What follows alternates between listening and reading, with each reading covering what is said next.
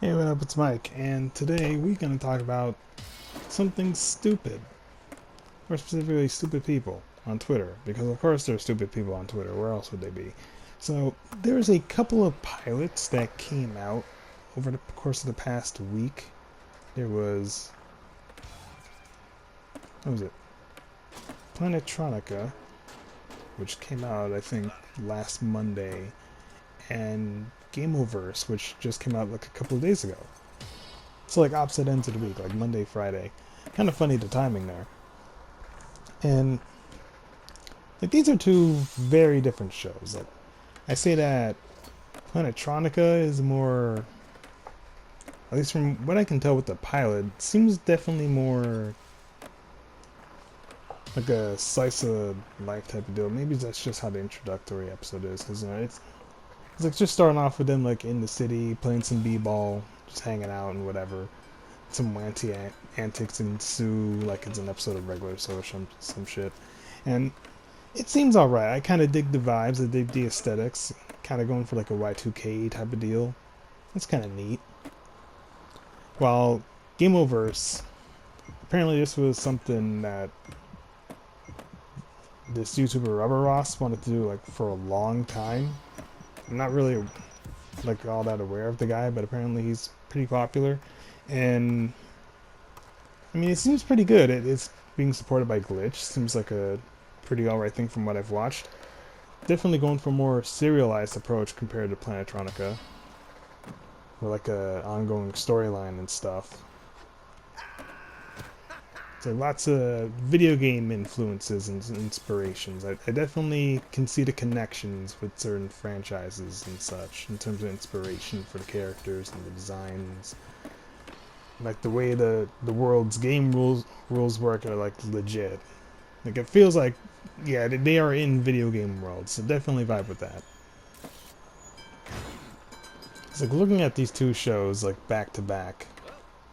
Definitely like different forms of inspiration from stuff back in the day. Because like Panatronica by comparison is definitely more of a like 2000s cartoon vibe. Definitely giving like French animated series inspired by anime type of deal. You know, like your Totally Spies, Martin Mystery, you know, stuff like that. Just to compare and contrast. Now, I bring all this up because, like, yeah, both these pilots, I think they're alright.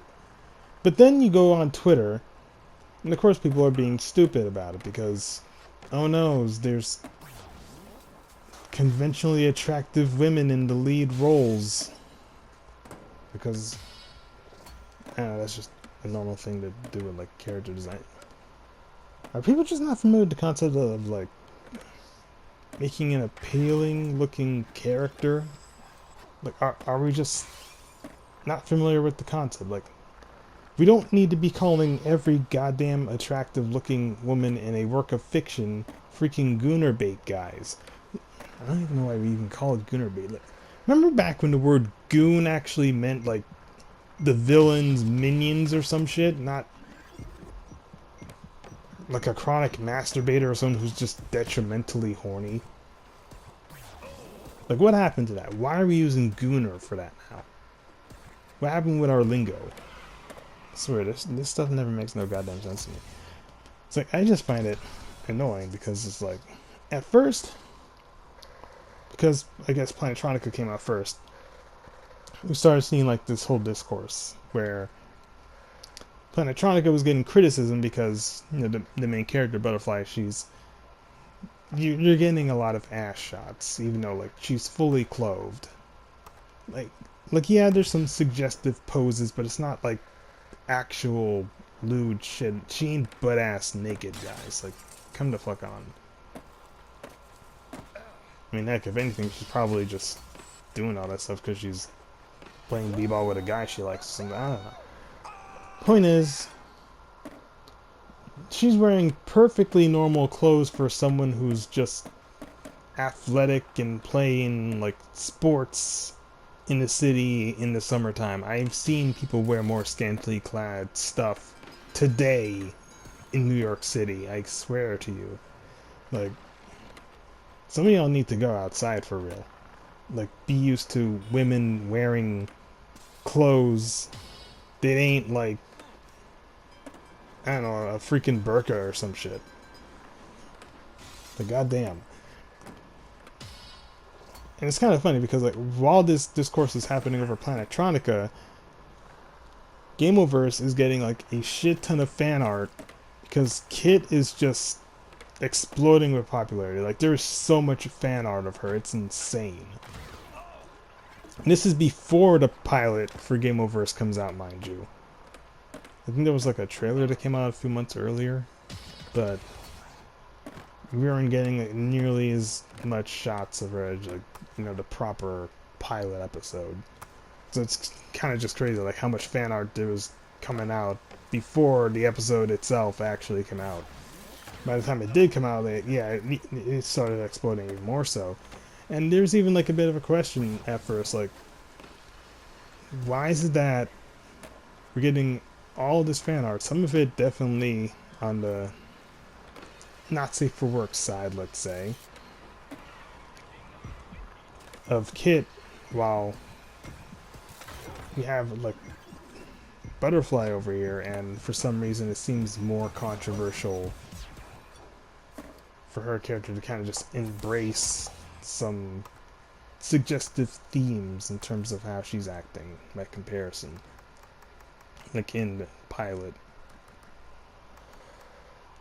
And it's like this weird dichotomy because like these are both two different shows. They have a female lead, fairly attractive looking, and while yeah, one is definitely doing more suggestive poses than the other, that isn't really cause to say like either of these characters are just straight up goon bait because they're attractive looking and doing like poses and whatever. Look, dude, I have seen more raunchy stuff come out of cartoons in the 2000s, more raunchy stuff come out of anime even as well.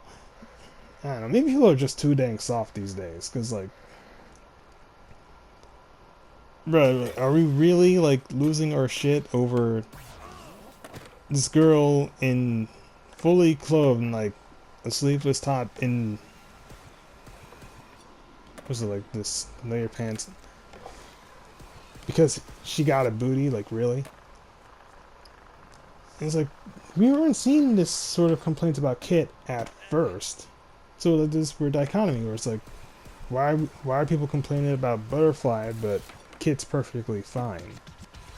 And then of course like next day we start seeing people complaining about Kit looking like Gooner bait too because she happens to have a curvaceous body, let's say. Even though it's not really emphasized in the episode, like, yeah, sure, she's wearing a bikini for most of it, but that's because they're in a game world that's pretty much entirely underwater. Why would she not wear a swimsuit if she's going to be underwater for like the whole dang adventure? Honestly, it's a bold choice to do the beach episode on episode 1, if I'm being real. That takes balls.